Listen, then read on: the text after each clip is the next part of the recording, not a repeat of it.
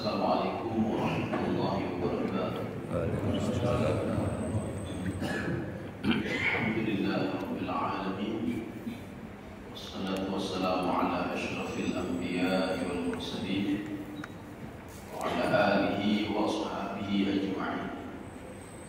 Raditu billahi rabba wa bil islami dina wa bi Muhammadin nabiyya wa rasulah. Rabbi shrah li sadri wa yassir li amri wahlul 'uqdatam min lisani yafqahu qawli. Allahumma ij'al jam'ana hadha jam'an marhuma wa tafarraqana min ba'dihi tafarruqan ma'suma. Kaum muslimin dan muslimat sidang jamaah subuh yang dirahmati Allah. Kita pagi ini akan membicarakan masalah hati. Jadi sejauh mana hati ini diberikan pahala ketika dia berniat sesuatu, dan sejauh mana tidak diberikan pahala. Kemudian hati ini dia ingin melakukan sesuatu kejahatan, sejauh mana kejahatan yang dilakukan oleh hati sehingga diberikan sanksi oleh Allah. Apakah setiap niat kejahatan itu diberikan sanksi? Ya, ini akan kita lihat nanti bagaimana pembagian tugas-tugas hati. Artinya kalau level pertama masih level 2 tidak ada masalah. Tapi kalau hati sudah masuk ke level ketiga dan keempat itu bermasalah. Dan ibadah kita juga diperhitungkan nanti oleh Allah Subhanahu wa taala, atau kejahatan kita diperhitungkan oleh Allah.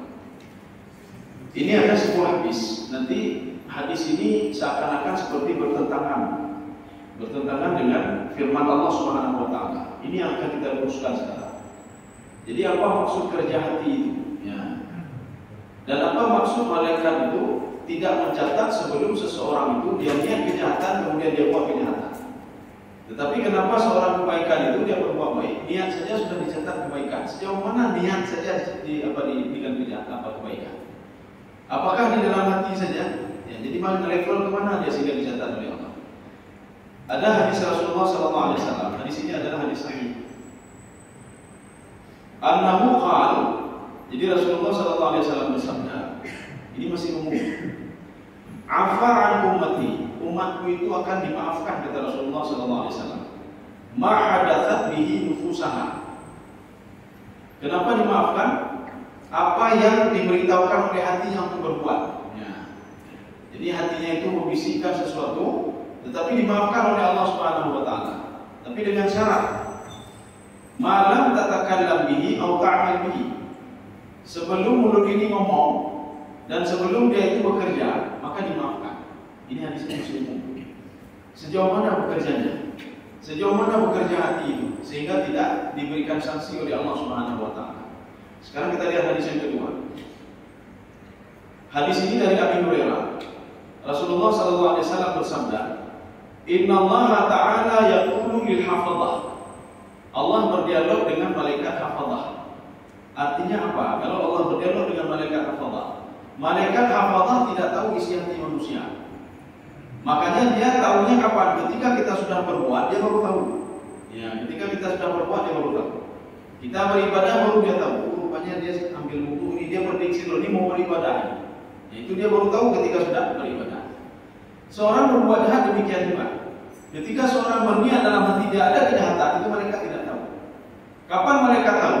Ketika seorang sudah berbuat kejahatan. Ya, jadi hadis ini untuk malaikat Rasulullah SAW, Allah Subhanahu Wa Taala berfirman kepada malaikat ini hadis kursi. Idza hamma 'abdi bisay'ah. Jadi kalau seandainya hambaku itu dia berencana untuk berbuat kejahatan, fala taktubuha. Kamu jangan tulis kejahatannya. Lagi pula malaikat pun tidak tahu isi hatinya bagaimana. Malaikat yang tahu setelah kejadian itu baru dia tahu. Maka hadis ini diperkuat lagi dengan hadis yang lain, hadis kursi yang lain. Allah berdialog dengan malaikat, wahai malaikatku, kamu tidak tahu isi hati umatku, hambaku. Kamu yang tahu cuma zahirnya saja. Ketika dia beribadah, dia berbuat jahat, dia berbuat kejahatan, itu saja kamu yang tahu. Tetapi hatinya kamu tidak tahu. Ya, ini kita lanjutkan lagi. Ini masing-masing umum nih. Fa'in amilaha faktubuha say'ah. Tapi kalau yang berbuat jahat tadi, dia melakukan kejahatan, maka tulislah satu kejahatan. Maka kalau kita berbuat kejahatan itu ditulis satu kejahatan. Tidak ada dilipat gandakan. Yang dilipat gandakan itu adalah kebaikan saja. Jadi kebaikan itu bisa dilipat gandakan 10 kali, 100 kali, 700 kali, wa ila masya, sampai dengan tidak terhingga. Wa idza hamma bi hasanatin, kalau dia ingin berbuat kebaikan, ya, lam ya'malha, dia belum berbuat lagi, faktubha hasanah, tulislah sebuah kebaikan. Masalahnya, malaikat tidak tahu isi hati manusia. Ya, banyak masalahnya. Bagaimana mau dia tulis kalau malaikat itu tidak tahu isi hati manusia? Inilah nanti ketika di padang mahsyar, ketika Allah Subhanahu wa taala menyuruh malaikat. Apa kata Allah kepada malaikat? Ya malaikatku, uktubu hadza. Sekarang kamu tulis amal ibadah dia. Malaikat bertanya kepada Allah, "Masa saatku? Saya mau tulis apa ya Allah?" Dia tidak berbuat apa-apa. Dia tidak beribadah, tidak berbuat kejahatan dan lain sebagainya. Apa kata Allah Subhanahu wa taala? Hadza firaqu baini wa bainik. Inilah bedanya saya sama kamu. Anta ta'riful zahir, kamu yang tahunya cuma casing saja. Seorang beribadah kamu catat, seorang buat jahat kamu catat. Tetapi isi hati seorang kamu tidak tahu. Wa ana a'rifu al-batin. Saya tahu batin saja. Maka mulai hari ini simpulan kamu catat. Kenapa? Karena dia berniat berbuat kebaikan. Baru dicatat oleh malaikat atas arahan Allah Subhanahu wa taala. Kalau tidak ada arahan Allah, maka malaikat tidak mencatat, sampai sekarang tidak dicatat oleh malaikat. Tetapi ada dalam catatan Allah Subhanahu wa taala kebaikan-kebaikan kita. Sekarang pertanyaannya, sejauh mana niat kebaikan ini dicatat oleh Allah? Apakah ketika kita permulaan dunia dulu akan apakah sudah dicatat itu? Ya, maka akan kita lihat ini. Akan kita lihat tingkatan hati. Kemudian ada satu ayat lagi. Ya, ayat ini kalau kita lihat secara ini agak bertentangan, tapi tidak bertentangan sebenarnya. Setelah kita jelaskan nanti satu-satu, rupanya tidak bertentangan. Allah Subhanahu wa taala berfirman di dalam surah Al-Isra ayat 36. A'udzu billahi minasyaitonir rajim. Bismillahirrahmanirrahim. Wa la taqfu ma laysa laka bihi ilmun. Jadi kalau kalian tidak punya ilmu, kata Allah, kalian tidak punya pemahaman tentang sesuatu hal, jangan lakukan, tekun. Kita mau melakukan suatu ibadah tapi tidak ada ilmu, jangan lakukan. Kita jangan pernah ngomong sama orang lain apabila kita tidak punya ilmu. Kenapa? Inna sam'a, pendengaran ini, wal basara, dan penglihatan. Inna sam'a, apa namanya? Inna sam'a wal basara wal fu'ada. Pendengaran, penglihatan dan hati akan dimintai pertanggungjawaban oleh Allah Subhanahu wa taala. Artinya apa? Hati itu diperhitungkan oleh Allah. Walaupun dia belum nampak dalam bentuk zahir, hati itu diberikan sanksi juga oleh Allah. Akan kita lihat nanti hati yang bagaimana diberikan sanksi. Karena nanti sebagian orang nanti jalan hati dan apa namanya hati yang baik, niatnya bagaimana sebenarnya yang diberikan oleh Allah Subhanahu wa taala. Apakah niat saja? Jadi makanya di sini kajian kita itu tentang hati. Yang pertama, tugas hati itu hadithun nafsi. Ya, ini level yang pertama. Ketika seorang itu hatinya masih hadithun nafsi, maksud hadithun nafsi apa? Hatinya masih dibisikkan oleh yang lain, dibisikkan oleh yang lain, berbuat baiklah kamu, berbuat baiklah kamu, ya. Atau berbuat jahatlah kamu. Ini kalau hadithun nafsi ini tidak diperhitungkan sama sekali oleh Allah SWT. Itu belum sampai niat ini. Makanya ada seorang mendatangi Rasulullah SAW. Apa kata seorang pemuda? Ya Rasulullah, nafsi tuhadithuni an utallika khawlah. Jiwa saya membisikkan kepada saya untuk mentalak khawlah.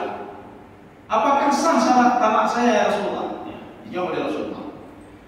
Qala ma'lan inna min sunnati an nikah. Kamu tenang dulu. Nikah itu adalah sunnah. Maksudnya apa? Yang kamu niatkan tadi itu tidak akan terjadi.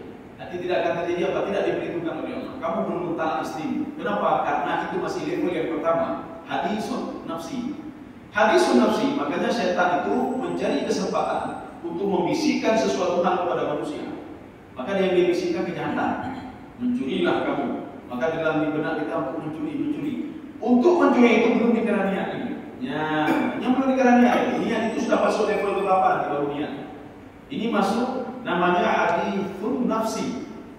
Jadi kadang-kadang seorang sedang duduk-duduk, nanti ada bisikan-bisikan bunuh diri, bunuh diri, bunuh diri. Maka terletak dalam tidak untuk bunuh diri. Apakah itu sudah dikatakan niat? Tidak, belum lagi. Ya. Ini namanya level yang pertama, itu namanya hadithun nafsi.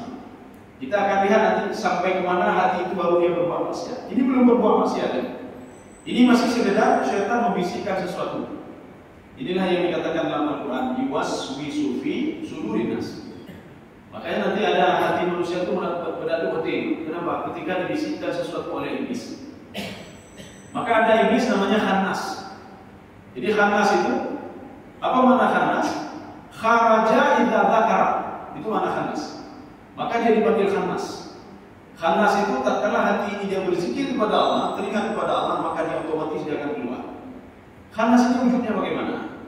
Di dalam tafsir itu diungkapkan, khannas itu mulutnya seperti mulut anjing, kepalanya seperti kepala ular. Apa yang dilakukan sama manusia? Dia meletakkan kepalanya itu di hati manusia, di kudu mulai. Ya. Ketika hati manusia berzikir kepada Allah, khanasa, dia akan keluar. Dia akan mencari kesempatan lagi untuk melihat kapan hati manusia itu kosong dari berzikir. Berzikir itu banyak. Beda pikir berzikir itu dengan subhanallah, alhamdulillah, wa la ilaha illallah, Allahu akbar, itu saja berzikir. Seorang ketika sabar juga berzikir. Seorang ketika membaca Al-Quran juga berzikir. Seorang ketika beribadah, dia salat, itu juga berzikir. Seorang ketika berinfak, bersedekah, dia berzikir. Maksud zikir itu apa? Zikir kan teringat dia. Ketika seorang bersedekah, dia teringat pada Allah. Ketika dia salat 2 rakaat, salat sunat, dia teringat pada Allah. Ketika dia membaca Al-Quran, dia teringat pada Allah. Ketika itulah iblis itu akan keluar dari hati manusia. Ya. Tapi kalau dia tidak berzikir, dia tidak teringat kepada Allah, maka dia akan terus tidur di situ. Ketika berzikir, dia keluar. Besok hari lagi dia lihat ini nyoman mana tak ini.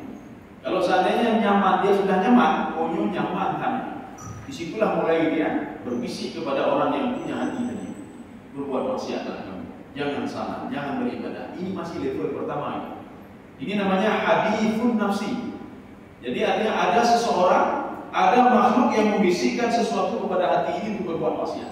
Ketika itu hati ini tidak diberikan sanksi oleh Allah. Kenapa? Dia belum melakukan sesuatu, masih dibisik saja. Ya, satu. Yang kedua, ini level naik lagi.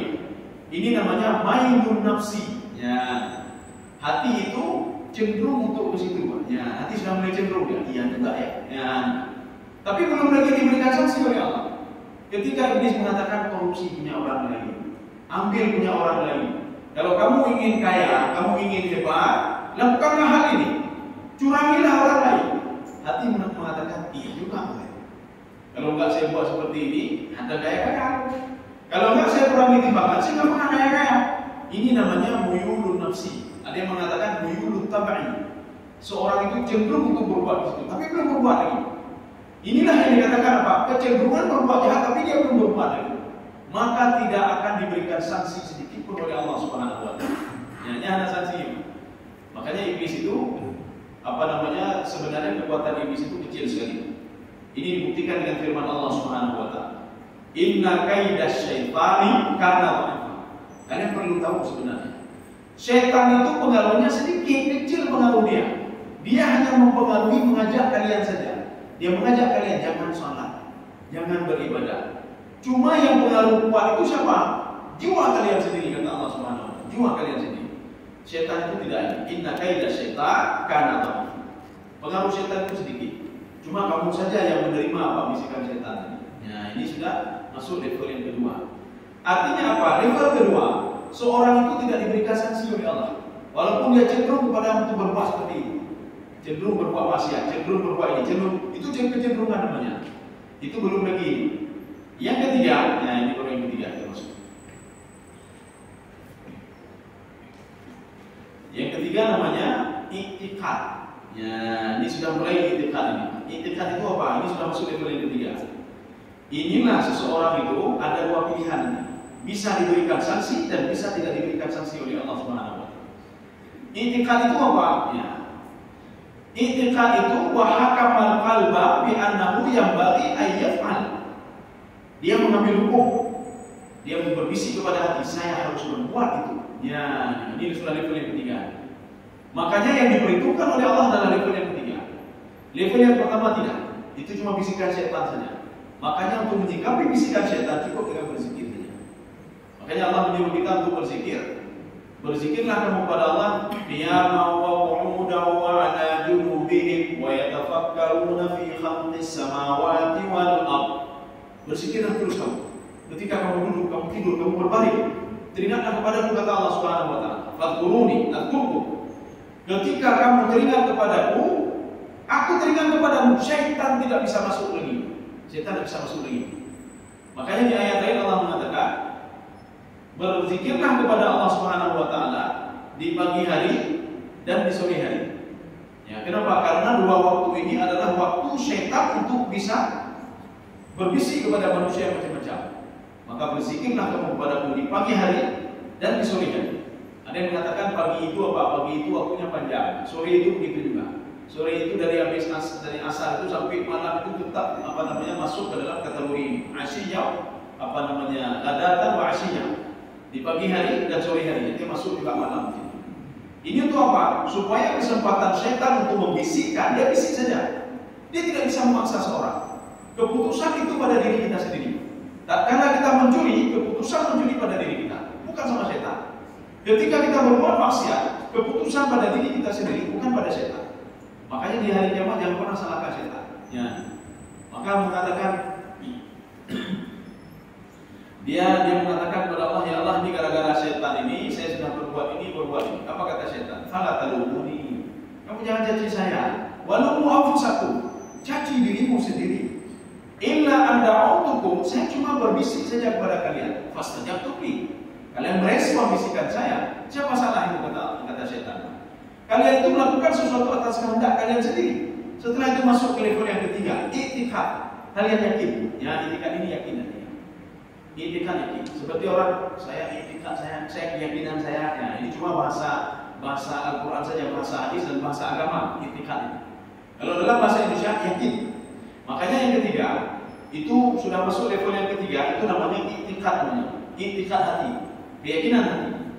Maka wahakamal qalba, ini jiwa ini yang menghukum hati dia ini, kamu harus berbuat, kamu harus melakukan sesuatu. Ya, atas bisikan tadi, kamu harus berbuat ini, kamu harus berbuat ini. Ya, ini ada dua pilihan. Kalau seandainya perbuatan itu, ya, jadi hati sudah masuk ke level yang ketiga. Dia akan diberikan sanksi oleh Allah Subhanahu wa taala. Walaupun tadi dikatakan di situ, jangan tulis dulu kalau dia belum berbuat. Karena malaikat tidak tahu dia berbuat pada level yang ketiga, maka Allah Subhanahu wa taala melihat hasilnya nanti akan kamu lihat.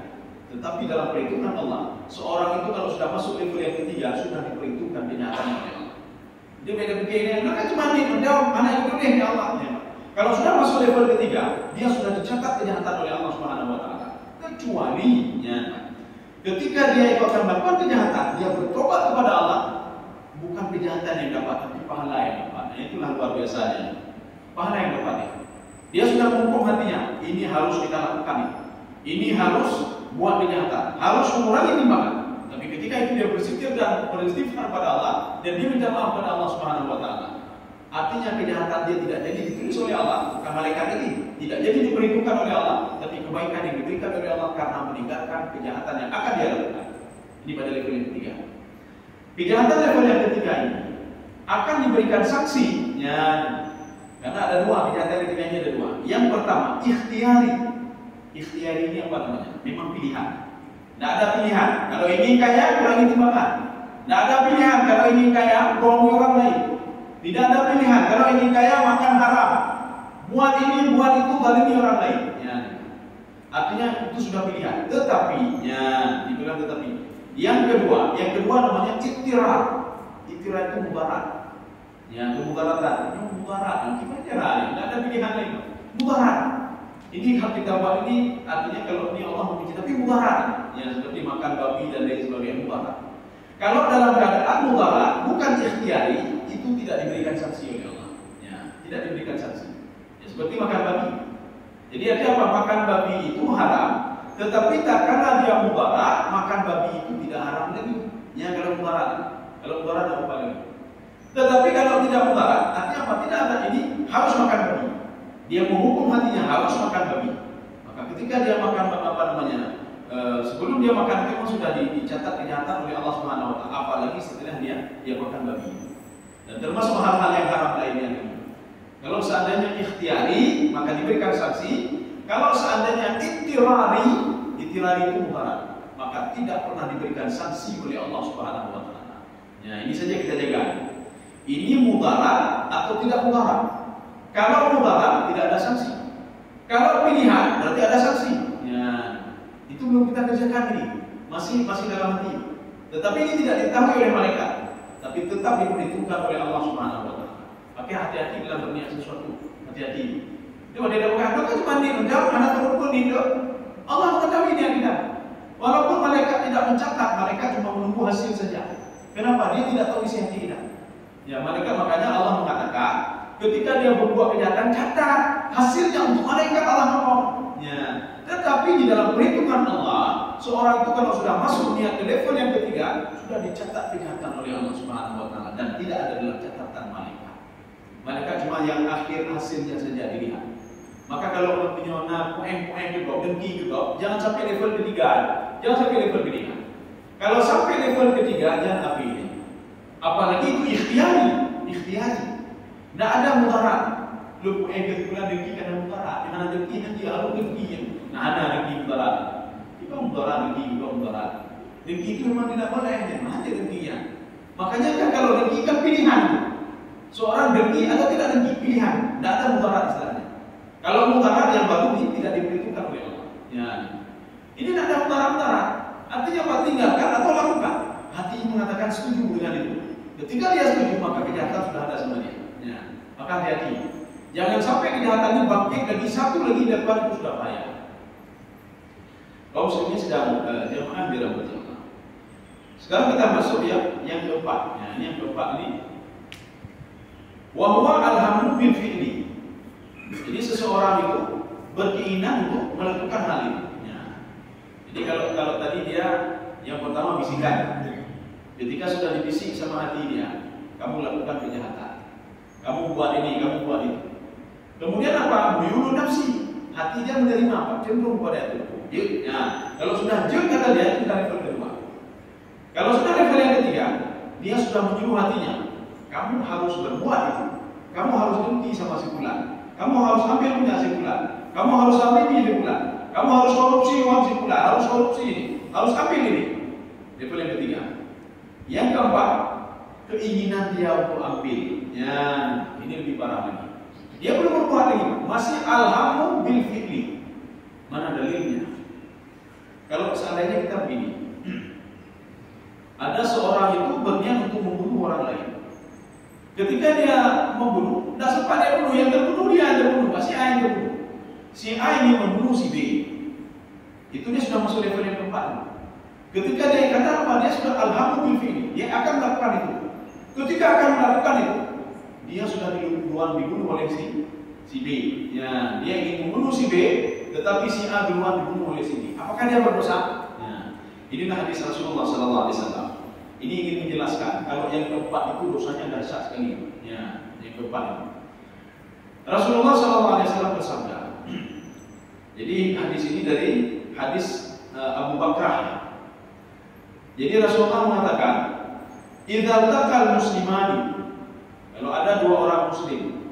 Jadi kita tidak cerita kafir, kafir kalah hukum. Kafir sudah lain hukum. Ini cerita orang muslim. Artinya apa? Muslim atau mukmin? Mukmin, muslim, muslim, mukmin. Karena ini ada perdebatan siapa dulu muslim dan mukmin. Makanya ketika dibangkitkan kepada masyarakat, yang dihisab itu cuma orang-orang mukmin saja dan orang munafik. Itu dua orang yang dihisab. Oh, orang kafir kenapa tidak dihisab? Mau dihisab apanya dia? Mau dihisab apanya dia? Setiap amal ibadahnya memang tidak diperhitungkan oleh Allah. Setiap sedekahnya tidak diperhitungkan oleh Allah. Makanya orang kafir, orang musyrik tak perlu dihisab itu. Dalam neraka kami. Tak perlu dihisab lagi. Orang musyrik tak perlu dihisab juga. Mereka sudah syirik kepada Allah. Orang Yahudi tak perlu lagi dihisab. Nasrani tak perlu dihisab. Iblis tidak perlu dihisab. Kenapa? Dia sudah diingatkan oleh Allah Subhanahu wa taala. Tak perlu dihisab. Yang dihisab itu dua kelompok saja. Kelompok mukmin dan kelompok munafik. Kenapa dua ini yang dihisab? Karena ada amal ibadah orang-orang mukmin tauhid yang tidak diperhitungkan oleh Allah, dicatat oleh malaikat tapi tidak diperhitungkan oleh Allah. Kenapa tidak diperhitungkan oleh Allah? Karena mungkin hatinya tidak benar. Ya, hati tidak benar. Tidak benar hati dalam hal apa? Ria, bisa takabur, kemudian bisa ujub, ya. Macam-macam lah penyakit hati. Maka seorang itu kalau sudah ada penyakit hati, maka amal ibadahnya itu tidak diperhitungkan oleh Allah. Dan ini tidak ada yang punya sama malaikat. Dan malaikat ini tidak tahu isi hati manusia.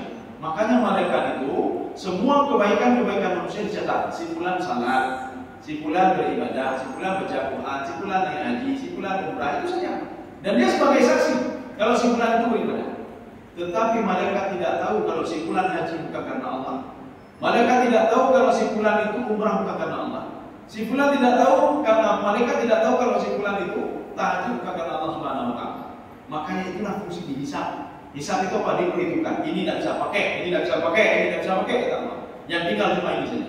Bisa saja seluruh amal ibadah dia tidak bisa pakai semuanya. Hanya pakai apa? Ya. Orang munafik, kenapa dihisab oleh Allah? Makanya orang munafik itu, walaupun dia munafik karena keadilan Allah Subhanahu wa taala. Allah ingin membuktikan di depan orang lain dan di depan mereka sendiri kalau mereka beribadah bukan karena Allah. Ini. Karena mereka tidak mengakui. Yang mereka akui kami beribadah, kami salat, kami ini, kami itu. Mereka tidak mengakui karena kalau mereka itu munafik. Makanya di dalam surah Yasin, wamtazul yawma ayyuhal mujrimun. Yang dimasukkan mujrimun itu adalah orang munafik. Ketika kelompok dibagi dua kelompok, kelompok orang yang akan diri ke neraka dan kelompok orang yang menyesat, orang munafik lari darinya. Ini cukup gurau. Ibnu Munaf, "Fanta bisunura, berikan cahaya kalian sedikit kepada aku," kata orang munafik. Maka hati-hati jadi orang munafik. Ya ikuti itu orang beriman, ikuti beriman. Ketika ditanya oleh malaikat, "Kenapa kalian ikuti kami salat? Kami puasa?" Mereka tidak salat, mereka tidak puasa, orang kafir. Ya ikut saja, ada yang mengatakan. Dia ikut juga. Sehingga mereka mengatakan, "Wahai orang-orang beriman, berikan cahaya kalian sedikit saja kepada kami, supaya kami bisa berlindung pada cahaya kalian." Malaikat berbicara apa? Mana ini orang munafik ini. Akhirnya apa kata malaikat? Wahai yang kalian sembah siapa? Kami menyembah Tuhan, kami menyembah Allah. Akhirnya malaikat ini mengelabui ini orang munafik ini. Apa kata malaikat? Di sudut Di sudut langit itu ada malaikat yang besar sekali. Apa kata malaikat ini? Itu Tuhan kalian ya?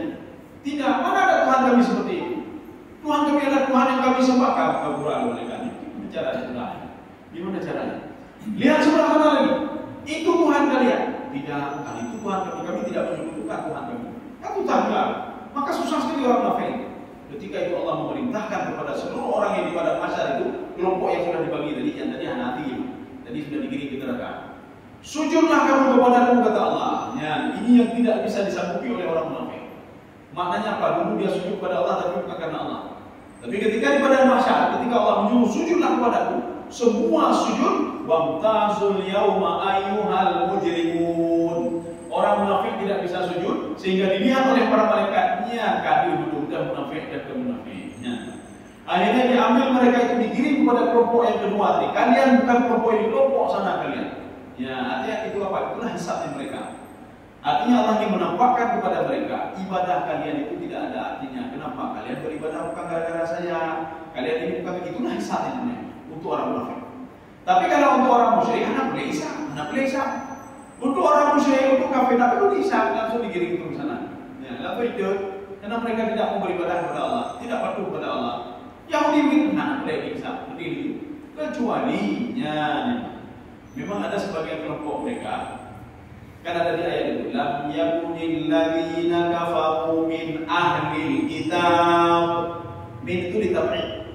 Jadi sebahagian orang-orang Yahudi, ada sebahagian daripada mereka yang mereka itu memang patuh dan taat kepada Allah dan menjalankan isi Taurat. Ada sebagian mereka yang patuh dan taat kepada Allah menjalankan isi Injil. Mereka ini adalah kelompok masuk kelompok ini. Ya. Tetapi apabila mereka meninggal sebelum datang Rasulullah SAW. Tapi ketika datang Rasulullah SAW, mereka tidak percaya juga dan ini termasuk golongan orang kafir. Ya. Lam yakunil ladzina kafaru. Mereka itu masih jaga, dia nggak kafir. Mereka masih jaga musyrik. Kenapa? Sudah datang Rasulullah SAW, mereka tidak mau beriman dan patuh. Kalau tidak mau beriman, mereka tidak yakin kepada Allah. Kalau tidak yakin kepada Allah, mereka tidak yakin juga kepada kitab yang diturunkan kepada mereka. Bagaimana mau dimasukkan ke dalam? muslimin sudah jamaah dalam jalan. Makanya di sini Rasulullah mengatakan, ini tuh orang muslim ya. Atau ada yang mengatakan muslim itu iman, mukmin. Mukmin itu muslim ya. Ada yang mengatakan tidak, muslim sendiri, mukmin sendiri. Jadi yang dimaksudkan oleh Rasulullah SAW di sini, yang tekal muslimani, orang yang paham ya. Dia ketika berbuat diperhitungkan amal ibadah dia oleh Allah Subhanahu wa taala. Kenapa? Karena dia muslim. Idzan takal muslimani bisayfihima. Kalau ada dua orang muslim, mereka itu bertemu dalam sebuah peperangan dengan pedangnya. Jadi mereka berkelahi. Namun berbeda dua-duanya. Fal qatil wal maqtul finnar. Orang yang membunuh dan orang yang dibunuh itu masuk ke dalam neraka. Secara logika. Kalau orang yang yang membunuh masuk ke neraka, wajar. Pembunuh masuk neraka. Tapi ini orang yang terbunuh masuk ke dalam neraka. Bagaimana caranya ini? Si A berkelahi sama si B, dua-dua dengan pisau dan pedang. Ketika itu si A membunuh si B. Si B tidak bisa perlawanan apa-apa. Rasulullah mengatakan dua-dua masuk ke neraka. Sahabat protes, bukan protes, ini istighfar namanya. Ada gaya bahasa dalam Al-Quran namanya gaya bahasa istighfar. Istighfar itu klarifikasi. Termasuk klarifikasi itu termasuk di dalam ayat Al-Quran. Ketika Nabi Zakaria mengatakan, ya Allah, bagaimana saya punya anak? Saya sudah tua. Itu bukan berarti Nabi Zakaria tidak yakin kepada Allah. Yang katakan, tidak bukan Nabi Zakaria tidak yakin kepada Allah. Ketika minta anak, tidak yakin kepada Allah. Bukan tidak yakin. Tetapi Nabi Zakaria istighfar, minta klarifikasi. Tolong diklarifikasi Allah kepada saya supaya saya lebih yakin lagi. Ya. Ini begitu juga sahabat berklarifikasi. Faqila, sahabat bertanya, ya Rasulullah, hadzal qatil fama balul maqtul. Kalau yang membunuh, iyalah kami terima dia masuk ke neraka. Ini bagaimana yang terbunuh? Kok bisa ke neraka juga? Apakah tidak ada pilihan lain? Tidak, tetap neraka kata Rasulullah. Yang membunuh dan terbunuh tetap neraka. Alasannya apa kata Rasulullah? Qala li'annahu arada qatla sahibahu. Karena yang terbunuh tadi dia berkeinginan untuk membunuh saudaranya juga. Dua-dua berkeinginan untuk membunuh. Makanya yang membunuh dan terbunuh dalam neraka. Kenapa seseorang itu diberikan masuk dalam neraka? Karena dia sudah masuk level yang keempat. Walaupun dia belum berbuat lagi, dia kan belum membunuh lagi, tapi sudah dibunuh. Makanya Rasulullah mengatakan, ya ini secara tidak langsung Rasulullah ingin mengatakan setiap sudah masuk level yang keempat, niat hati itu sudah diperhitungkan oleh Allah Subhanahu wa taala. Maka hati-hati. Niat dalam hati itu jangan sampai keempat nih kalau berbuat kejahatan. Ketika kita salat Allahu Akbar, itu jangan sampai yang pertama saja. Kalau yang pertama tidak diberikan ini apa-apa. Yang pertama. Yang kedua begitu juga. Tetapi harus masuk yang ketiga dan keempat. Ya. Makanya niat sesuatu itu harus yang ketiga dan keempat. Kalau satu dan dua tidak diperhitungkan niat kita oleh Allah Subhanahu wa taala. Inilah yang dikatakan oleh Allah kepada mereka, tulislah di dalam catatan wahai malaikat, si fulan sudah berniat ini. Ya. Pada suatu hari Rasulullah SAW pergi berperang. Jadi sahabat-sahabat sudah pergi semuanya. Kemudian ketika sampai ke sebuah tempat Madinah, Rasulullah mengatakan kepada sahabat, wahai sahabat, kalian kan ikut berjihad denganku. Pahala kalian kan banyak sekali, tapi ada yang lebih banyak pahalanya dibandingkan kalian. Sahabat heran, siapa itu Rasulullah coba engkau tunjukkan? Siapa orang yang lebih banyak pahalanya dibandingkan kalian? Ada seorang pemuda kata Rasulullah, dia berada di Mekah, dia tidak berangkat hijrah bersama kita, tidak berperang ikut bersama kita, tetapi pahalanya lebih banyak dibandingkan kalian. Sahabat protes. Protesnya apa ya Rasulullah? Kenapa pahala dia lebih banyak ya Rasulullah? Padahal dia tidak pergi ya Rasulullah. Padahal dia tidak bersusah payah pergi ke Madinah, meninggalkan sanak familinya ya Rasulullah. Kenapa pahalanya lebih banyak dibandingkan pahala kami? Apa kata Rasulullah? Kalian kan tidak tahu. Kalian tidak tahu, makanya Nabi Muhammad tahunya dari mana? Diberitahukan oleh Allah Subhanahu wa taala. Niat hati seorang itu diberitahukan oleh Allah, si fulan pahalanya begini, sebab dia niat begini. Rupanya diberitahukan oleh Rasulullah, sahabat-sahabatku sekalian. Si fulan tidak bisa pergi karena uzur dia. Ya, tidak disebutkan uzurnya kenapa. Si fulan itu dia berniat. Allah beritahukan kepada Nabi Muhammad, si fulan berniat. Kalau seandainya dia sembuh, dia akan berjihad dengan Rasulullah SAW. Itu dia sudah masuk level yang ketiga dan keempat. Tapi kalau level pertama saja tidak diberitahukan oleh Allah, maka hatinya sudah masuk ke level yang ketiga dan level yang keempat. Maka begitu dahsyatnya hati. Ya, begitu dahsyatnya juga ibadah hati. Jadi makanya di dalam kitab Dr. Yasir Burhami, apa kata beliau? Zikir itu ada dua. Ada zikir lisan. Subhanallah, subhanallah, astagfirullah, la ilaha illallah, Allahu akbar. Itu zikir lisan. Tetapi kata Dr. Yasir Buhami, banyak orang yang zikir lisan hatinya munafik, katanya. Yo kalau pegang, kalau pegang. Kalau ini protek dia. Masih ada, bukunya ada sama saya. Ya. Jadi beliau mengatakan, banyak orang berzikir lisan tapi hatinya munafik. Maka munafik, anda tidak benar kok. Zikir-zikir itu harus kemudian astagfirullah, astagfirullah, astagfirullah. Lebih kau ada kau. Astagfirullah, astagfirullah, astagfirullah. Dia puji orang lain. Allahu akbar, Allahu akbar, Allahu akbar. Dia sedang duduk rame-rame, Pak dengar musik astagfirullahaladzim. Mendengar musik astagfirullah. Kamu ngaji pula.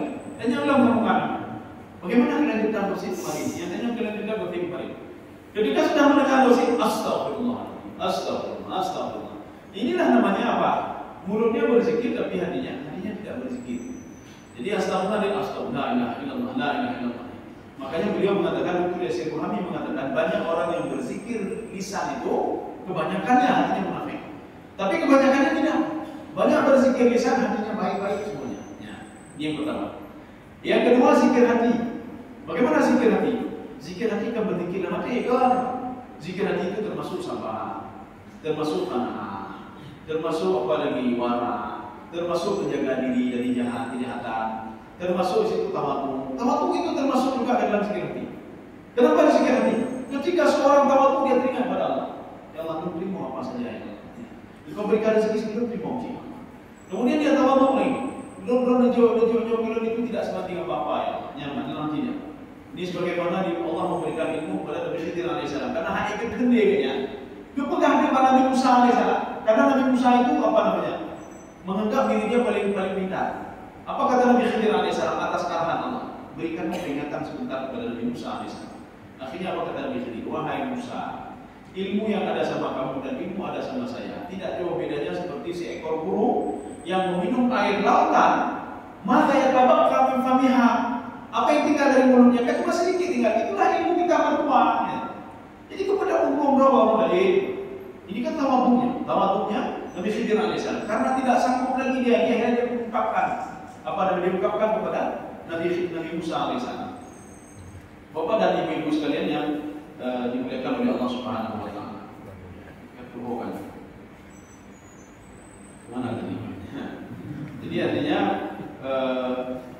dua orang yang tadi itu yang membunuh dan terbunuh, dua-dua masuk ke dalam neraka. Sebab kenapa? Yang pertama akan membunuh yang kedua si B. Yang si B juga walaupun dia terbunuh akan membunuh si A. Jadi makanya mereka itu dua-dua punya dosa.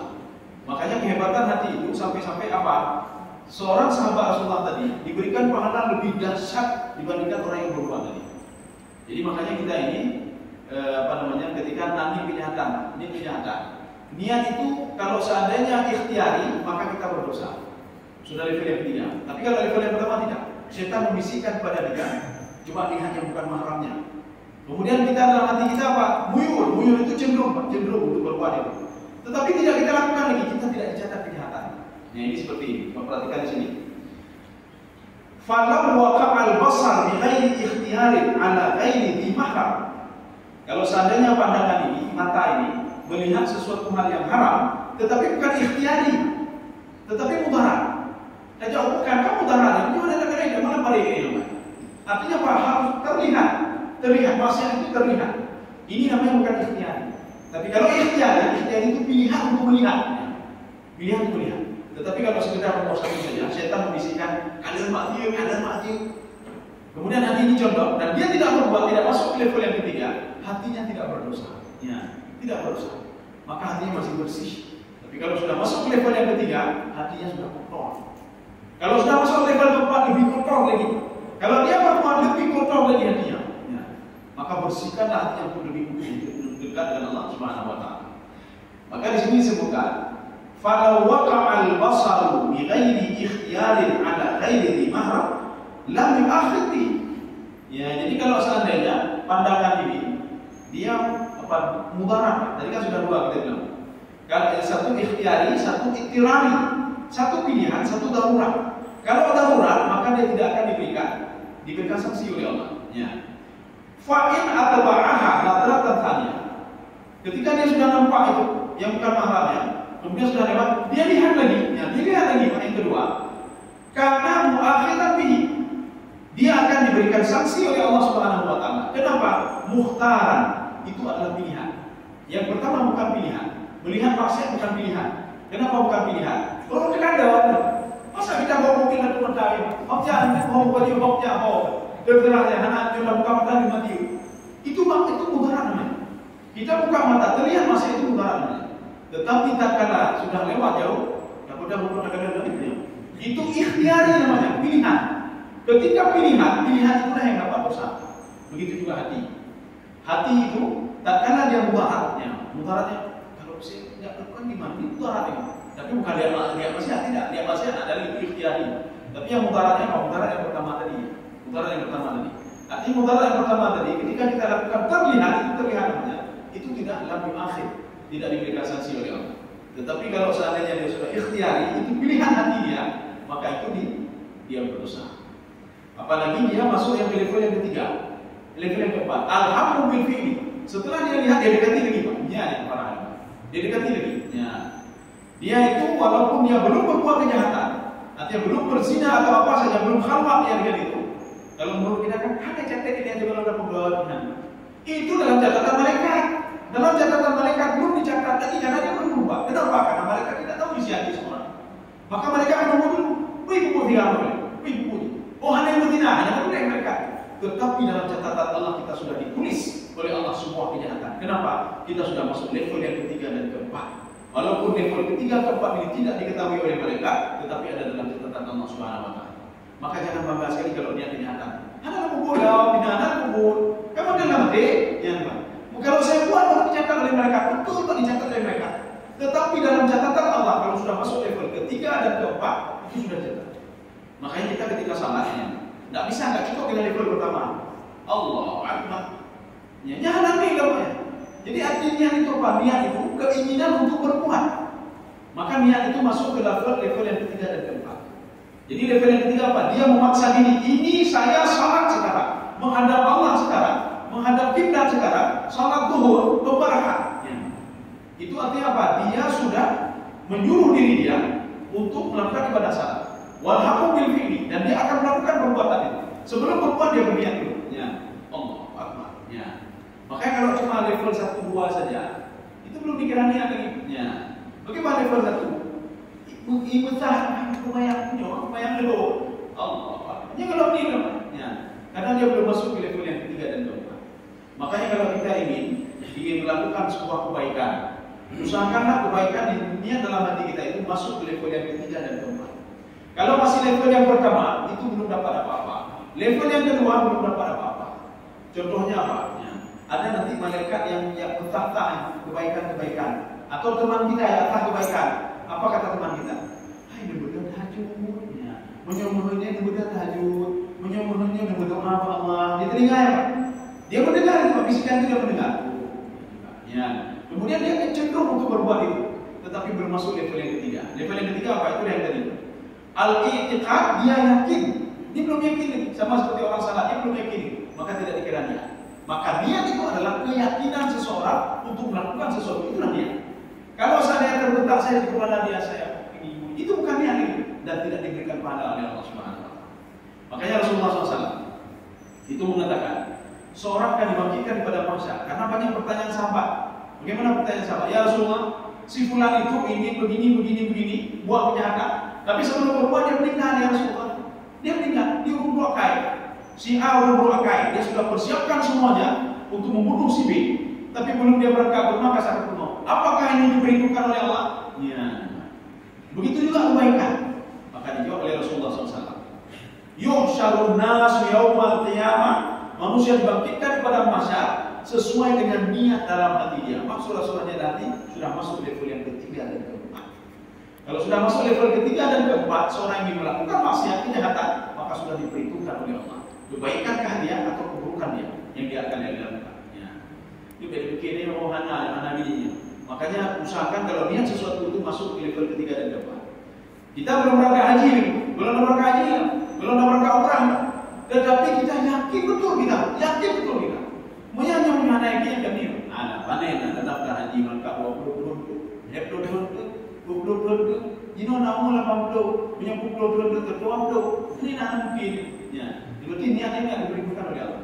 Tapi kalau dia dalam hati dia sudah masuk level yang ketiga, wahakama qalba, artinya apa? Dia yakin betul dan dia menghukum dalam hati kamu harus berbuat itu. Itulah niat yang diberitakan oleh Allah. Itu yang dapat pahala. Kalau kita ingin bantu orang lain, yang baik nak kelabui Allah.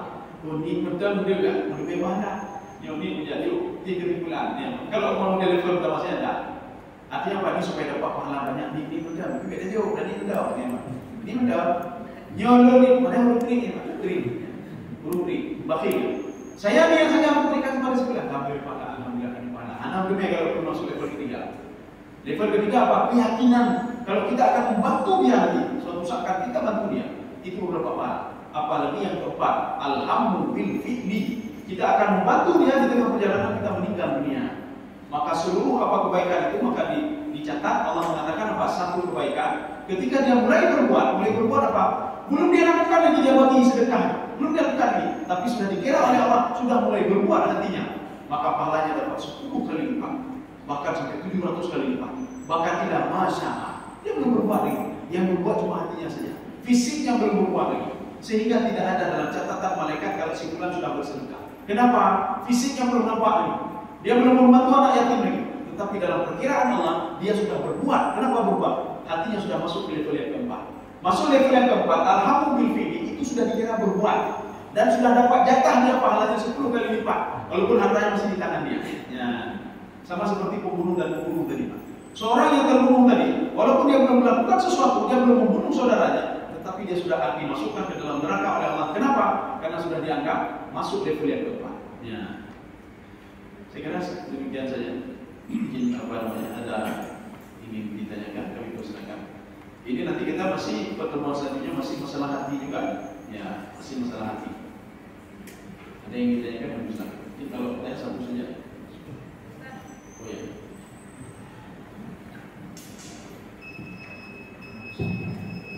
Assalamualaikum warahmatullahi wabarakatuh. Ustaz mengenai hati, berzikir itu juga menyangkut dengan hati. Yang mau saya tanyakan, hukum membaca Al-Quran dalam hati. Ada hadis Bukhari yang menyatakan bukan termasuk bagian kami orang yang tidak yataqana terhadap Al-Quran. Orang yang tidak yataqana. Yang maksudnya di sini yaitu yang membaca Al-Quran tidak di hati tanpa ada gerakan bibir.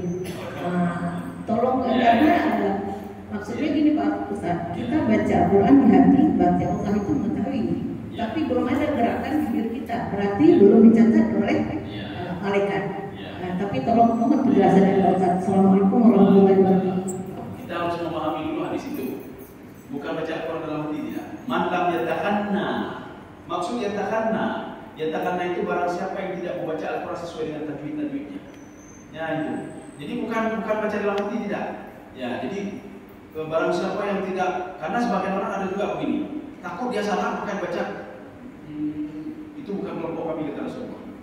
Jadi artinya apa? Kalau baca Quran harus sesuai dengan makhrajnya semuanya, harus sesuai panjang pendeknya. Karena kalau kita lihat di manapun bisa, ketika di Timur Tengah itu, di Masjid Nabawi boleh, di mana saja boleh, ada nanti 1-2 orang dia baca Quran gitu. Saya pernah nanya asli, apakah baca Quran demikian? Leta kerana Islam. Apa kata dia? Saya takut salah, kata dia. Saya takut dia belajar. Ya. Makanya Rasulullah mengatakan itu bukan kelompokku itu. Ya. Nanti bukan kelompokku apa? Dia baca Al-Quran itulah maksud dalam hati begitu. Dia takut nanti salah. Maksud dia takkanna itu membaca dengan tajwid-tajwidnya. Makanya kalau ada orang salah nanti, dia sudah berusaha untuk baca salah juga dia tidak dapat satu pahala. Tapi dia berusaha untuk betul. Tapi salah juga. Ada orang berusaha untuk betul, dia makin betul bacaannya dapat 2 pahala. Ya. Jadi artinya itulah memperbaiki bacaan. Jadi artinya bukan kita semua sudah ini tidak. Saya pribadi pun tidak pas juga bacaan saya. Tidak pas juga bacaan. Ada juga nanti kita dengarkan tidak ini kan, enggak pas juga. Yang jelas kita tidak ini artinya alah nak mau ayat umumnya. Itulah maksud yang Rasulullah katakan tadi. Itu bukan kelompok. Artinya belajar tajwid itu wajib. Ya, belajar tajwid wajib. Kenapa? Kalau panjang pendek berubah maka akan berubah artinya. Kalau hurufnya berubah, makhraj hurufnya berubah, maka hurufnya juga artinya akan berubah. Kalau berubah artinya, itu dalam kitab fikih Islami Wadilatul mereka sepakat. Lau taghayyara al-makna batalat salatu.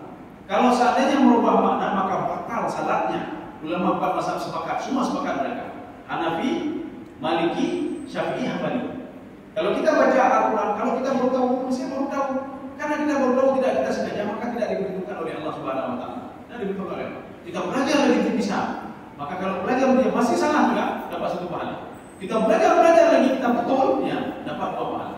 Menurut kita ini sudah kita belajar tapi salah juga, dapat kita pahala. Ya. Ini sama seperti orang berijtihad. Dia berijtihad, ketika ijtihadnya salah, dapat 1 pahala. Ketika ijtihadnya benar, dia dapat 2 pahala. Ya. Jadi itu maksud manlah yatahanna. Maksud yatahanna membaca Al-Quran bukan di dalam hati, tidak. Termasuk nanti di dalam hati juga. Ada yang baca Al-Quran tidak dengan tajwidnya. Baca Quran itu bukan makmu gitu, bukan kelompok gitu. Mereka membacanya sesuai dengan makhrajnya, sesuai dengan hurufnya. Ya, itu Al-Quran. Jadi kalau membaca Al-Quran tidak ada masalah. Kita duduk kan, supaya tidak mengganggu orang lain. Karena kalau baca Al-Quran ada dapat pahala, ada dapat dosa. Maka dapat dosa.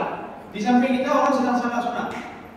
A'udzu billahi minasyaitonir rajim. Dulu tapi kepada kerja karena musuh bayarnya kada sehari. Baca Al-Quran bisa berdosa gitu. Gara-gara apa? Mengganggu orang lain. Maka ambil Al-Quran bacanya kecil saja. Atau baca dalam hati. Ya. Jadi yang dimaksudkan tadi kata-kata itu begitu. Yang tidak tajwid. Tapi kalau kita tajwid sudah benar, kita baca dari dalam hati tidak ada masalah. Ya. Asal tidak mengganggu orang lain. Ya ini maksud dari tajwid. Karena tajwid mereka enggak pas-pas lagi. Bacanya itu bukan ini itu kata Rasulullah, bukan kelompok. Ya. Saya rasa cukup sekian saja. Mudah-mudahan ada manfaatnya bagi saya sendiri dan jemaah sekalian. Subhanallah wa bihamdika, asyhadu an la ilaha illa anta, astaghfiruka wa atubu ilaik. Assalamualaikum warahmatullahi wabarakatuh.